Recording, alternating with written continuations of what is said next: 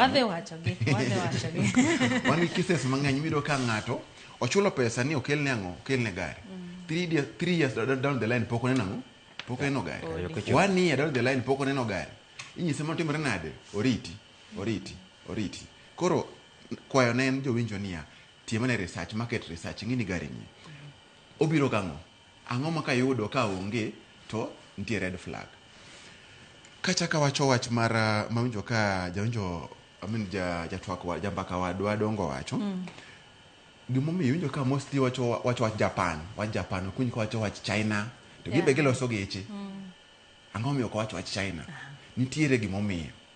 ka mostly kwa kawo geche ma ya Japan to nitiere gimiluongo ni mandatory inspection iwinja gari kochopo mileage mar 100,000 ochuno ni nyaka timne ang'o overhaul mana pin Japan mano chik margi ma chik ma onge pinje mamoko go exactly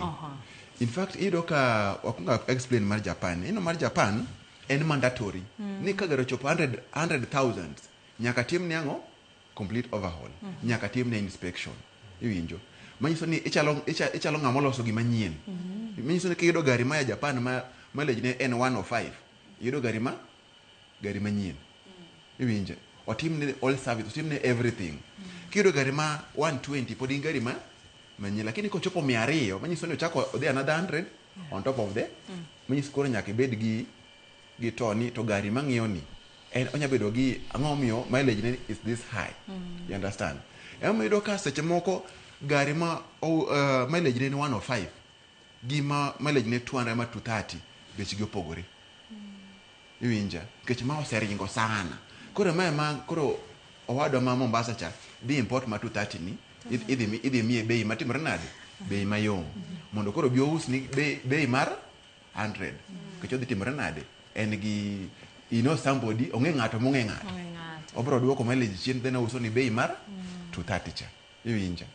kidhi countries kaka China nitie geche ma be loso kono nitie geche miloso nyaka USA by the way to ok gin geche mwa import kirahisi wanyalo import gi wanyalo kelo gi ok ni ok wanyalo kelo gi under condition ni ka gichopo Kenya kai at the point of docking nyaka timne gi inspection gimarach gimae niya onyalo kalo onyalo timre nade onyalo fail kokalo ni sawa well and good obro calculate ne duty obro calculate everything registration lakini ko fail at the expense of mar ng'ama no import iwinjo nikech I'm very sure ni samo import wanyisi ni hapana ok onyal kelo gari mani US kech ng'ato nyabiro ni Felix aneno gari ni adwa gari ni mani US ma dwaro exactly this no king'iri dok en gari man kanye koro nyaka mi information ni en US ni China ok onyal kelo but kwa kele ka nitiere problem ewi iwinja koro ok